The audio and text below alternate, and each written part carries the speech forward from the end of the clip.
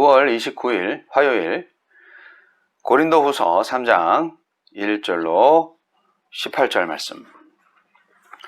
우리가 다시 자천하기를 시작하겠느냐? 우리가 어찌 어떤 사람처럼 추천서를 너희에게 붙이거나 혹은 너희에게 받거나 할 필요가 있느냐? 너희는 우리의 편지라. 우리 마음에 썼고 뭇 사람이 알고 읽는 바라. 너희는 우리로 말미암아 나타난 그리스도의 편지니 이는 먹으로 쓴 것이 아니요 오직 살아계신 하나님의 영으로 쓴 것이며 또 돌판에 쓴 것이 아니요 오직 육의 마음판에 쓴 것이라. 우리가 그리스도로 말미암아 하나님을 향하여 이 같은 확신이 있으니 우리가 무슨 일이든지 우리에게서 난 것 같이 스스로 만족할 것이 아니니 우리의 만족은 오직 하나님으로부터 나느니라. 그가 또한 우리를 새 언약의 일꾼 되기에 만족하게 하셨으니 율법 조문으로 하지 아니하고 오직 영으로 함이니 율법 조문은 죽이는 것이요 영은 살리는 것이니라. 돌에 써서 새긴 죽게 하는 율법 조문의 직분도 영광이 있어 이스라엘 자손은 모세의 얼굴에 없어질 영광 때문에도 그 얼굴을 주목하지 못하였거든. 하물며 영의 직분은 더욱 영광이 있지 아니하겠느냐? 정죄의 직분도 영광이 있은즉 의의 직분은 영광이 더욱 넘치리라. 영광되었던 것이 더 큰 영광으로 말미암아 이에 영광될 것이 없으나 없어질 것도 영광으로 말미암았은즉 길이 있을 것은 더욱 영광 가운데 있느니라. 우리가 이 같은 소망이 있으므로 담대히 말하노니 우리는 모세가 이스라엘 자손들에게 장차 없어질 것의 결국을 주목하지 못하게 하려고 수건을 그 얼굴에 쓴 것 같이 아니하노라. 그러나 그들의 마음이 완고하여 오늘까지도 구약을 읽을 때 그 수건이 벗겨지지 아니하고 있으니 그 수건은 그리스도 안에서 없어질 것이라. 오늘까지 모세의 글을 읽을 때 수건이 그 마음을 덮었도다. 그러나 언제든지 주께로 돌아가면 그 수건이 벗겨지리라. 주는 영이시니 주의 영이 계신 곳에는 자유가 있느니라. 우리가 다 수건을 벗은 얼굴로 거울을 보는 것 같이 주의 영광을 보매 그와 같은 형상으로 변화하여 영광에서 영광에 이르니 곧 주의 영으로 말미암음이니라. 영광에서 영광으로. 사도는 새 언약의 일꾼에 대해 본격적으로 변증합니다. 그는 변화된 성도의 삶을 추천서로 제시하며 새 언약과 사도직의 영광스러움을 강조합니다. 하나님은 어떤 분입니까? 우리를 궁극적으로 죄와 사망의 속박에서 건져내어 하나님의 자녀가 되게 하는 것은 성령님이 하시는 일입니다. 이것은 예수님이 그분의 피로 세우신 새 언약의 특징이고 또 그렇게 새 언약 백성이 된 우리의 특권입니다. 예수님의 형상을 따라 영광에서 영광에 이르는 일인 내 의지나 결단으로 되는 일이 아닙니다. 성령님이 계시지 않다면 우리는 주가 계신 영원한 영광에 이를 수 없고 참 자유인으로도 살 수 없습니다. 나에게 주시는 교훈은 무엇입니까? 바울은 고린도 성도의 변화된 삶이야말로 자신의 추천서라고 말합니다. 문서가 아닌 마음에 시간이 지나면 흐려지는 먹이 아닌 하나님의 영으로 쓴 추천서입니다. 참 지도자를 판가름하는 것은 그가 지닌 학위나 배경, 교세가 아닙니다. 그가 목양한 성도들입니다. 그들이 지도자의 참된 소유명과 자질을 입증하고 복음이 메마른 이론이나 허구가 아님을 보여주는 추천서입니다. 바울 사도 일행은 그간의 사역이 자신들의 힘으로 이룬 결과가 아니라고 말합니다. 이 준엄한 사역을 감당할 자격과 능력이 오직 하나님에게서 나기 때문입니다. 성실하게 사역을 준비하는 것보다 더 앞서는 것은 자격 없는 나를 부르신 하나님의 은혜를 잊지 않는 것입니다. 바울은 새 언약과 성령의 능력으로 감당하는 사도의 직분이 옛 언약과 모세의 직분에 비해 영광스럽다고 말합니다. 날이 밝으면 등잔에 물꽃이 무색해지듯이 새 언약은 옛 언약보다 생명으로 이끄는 복음은 율법보다 의롭게 하는 영의 직분은 의문의 직분보다 훨씬 더 영광스럽습니다. 복음이 웅변하듯 영혼을 살리는 것은 정죄가 아니라 사랑이기 때문입니다.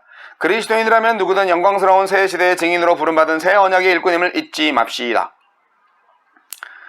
우리의 시선을 율법 조문이 아닌 율법을 성취하신 신실하신 주님께 둘 때 세상 앞에 당당하고 환난 앞에서도 담대할 수 있습니다.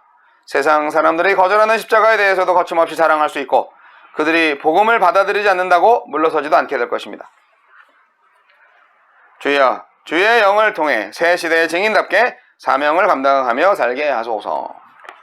아멘. 고린도 교회에 바울의 권위를 여전히 인정하지 않는 사람들이 있었습니다. 왜 그랬냐면 어디선가 새로 유입된 거짓 사도들이 추천서를 들고 판을 친다 이거예요. 바울은 추천서가 없지 않냐, 그런 의문을 들게 하는 게 있었던 것 같아요. 거짓 사도들이 다른 교회들의 추천서를 들이밀어서 자기들의 정당성을 주장한 것 같아요. 이게 이제 어떻게 보면 경쟁과 인간적인 조건을 중요시했던 고린도 도시의 분위기와 좀 잘 맞지 않았나 생각이 듭니다. 오늘날도 비슷하죠. 바울은 그런 추천서가 없었죠. 그래서 바울은 성도들 자신들이 추천서다. 바울은 고린도를 개척한 사람이잖아요. 아니, 고린도를 개척한 사람인데 또 무슨 추천서가 필요합니까? 고린도 성도들 자체가 추천서인데 말이죠. 그래서 바울은 얘기합니다. 그들은 성령으로 쓴 그리스도의 편지다. 누가요? 고린도 교회가, 고린도 교회 성도들이, 그들이 바로 그리스도의 편지가 되기 때문에 바울이 전한 복음이 옳았다 하는 것을 증명해주고 있다, 그런 얘기를 하는 겁니다. 다른 추천서를 바울한테 요구한다면 그것은 그의 복음을 듣고 그리스도인이 된 자신과 교회를 부정하는 것이 된다는 거죠.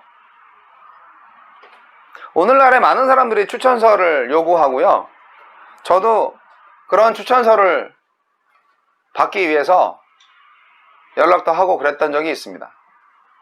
그런데 오늘 말씀을 보니까 참 후회되고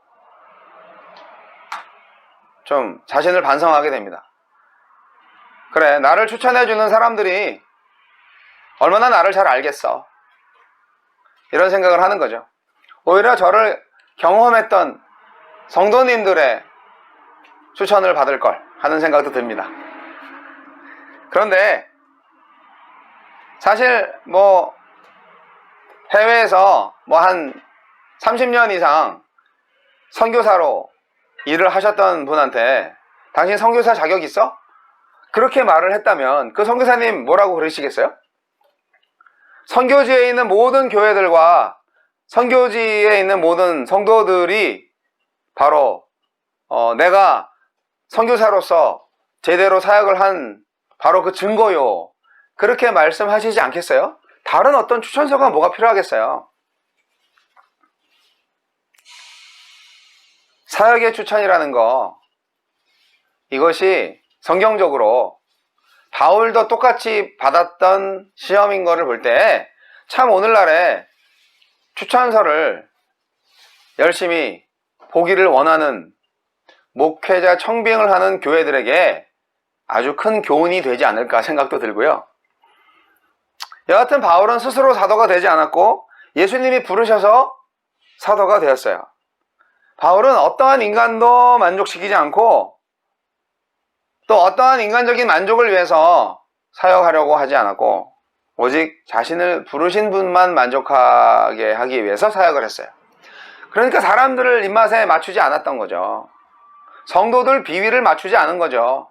오직 예수님의 비위만 맞춘 거죠. 그게 진짜 사도죠. 그게 진짜 사역자죠.